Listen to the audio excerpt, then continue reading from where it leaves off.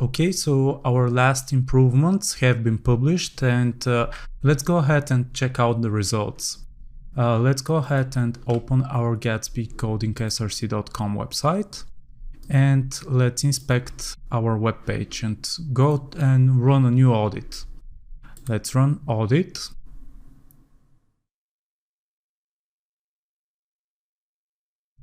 Okay, and as you can see, we have a perfect performance, accessibility, best practices, and SEO.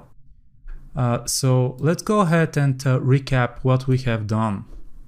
We have changed our links to be more contrasted to our background.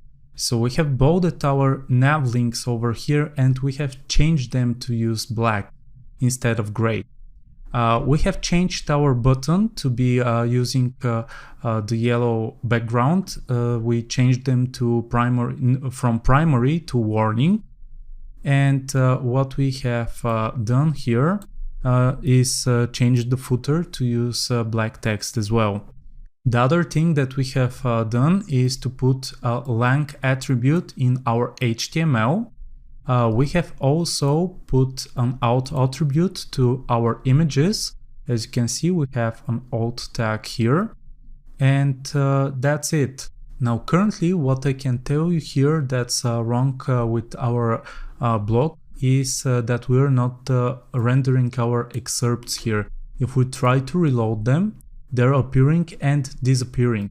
Let me show you again. Now I'm going to tell you why is that. Let's go ahead in our project and go to posts. We're currently trying to apply dangerously set inner HTML, and we're going to apply that in our text here. And our text, I cannot show you already, but it's using a p tag.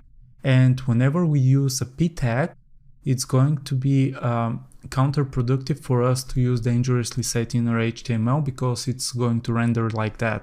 It's going to render and disappear. So in order to fix that, we need to remove that, and let's close the tag like that, our text, and we're going to move this in a div, which is going to be self-closing. And here it's going to set our excerpt. Now we can go ahead and publish that. Let me just commit that. Fix post excerpt. Okay, so let's push it. And this is it for our lecture for now. This is going to be built on its own. And in the next lecture, we're going to talk about what progressive web applications are. So see you in the next lecture.